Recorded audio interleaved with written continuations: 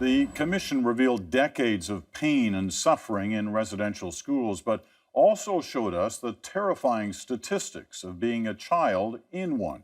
And the warnings about inhuman conditions go back more than 100 years.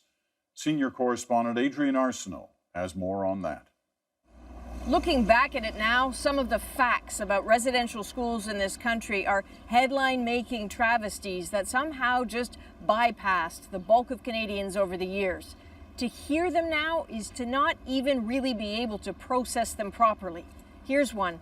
Some of those residential schools had cemeteries, but not playgrounds. Death was always near. The chances of a child dying from life in a residential school, 1 in 25. And for a little perspective, the chances of a Canadian soldier dying during the Second World War, 1 in 26. The misery recognized so early on.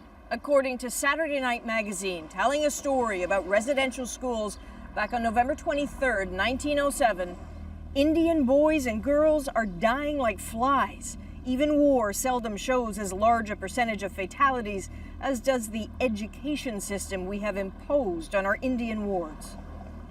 In the early decades of the program, the chances of dying were even higher. 1 in 2 children didn't survive in the early years of residential schools. 50% of those enrolled didn't make it.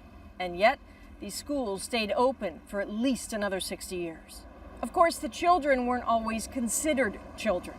Documents from 1913 refer to them as inmates, and the inmates were being wholesale taken down by malnutrition, tuberculosis, influenza, neglect, abuse, fires, grotesque indignities. So many of these details today being spoken of from this report, the report from the Truth and Reconciliation Commission, a commission that was born of the largest class action lawsuit in Canadian history, and without a doubt, the most wrenching. Adrian Arsenault, CBC News, Toronto.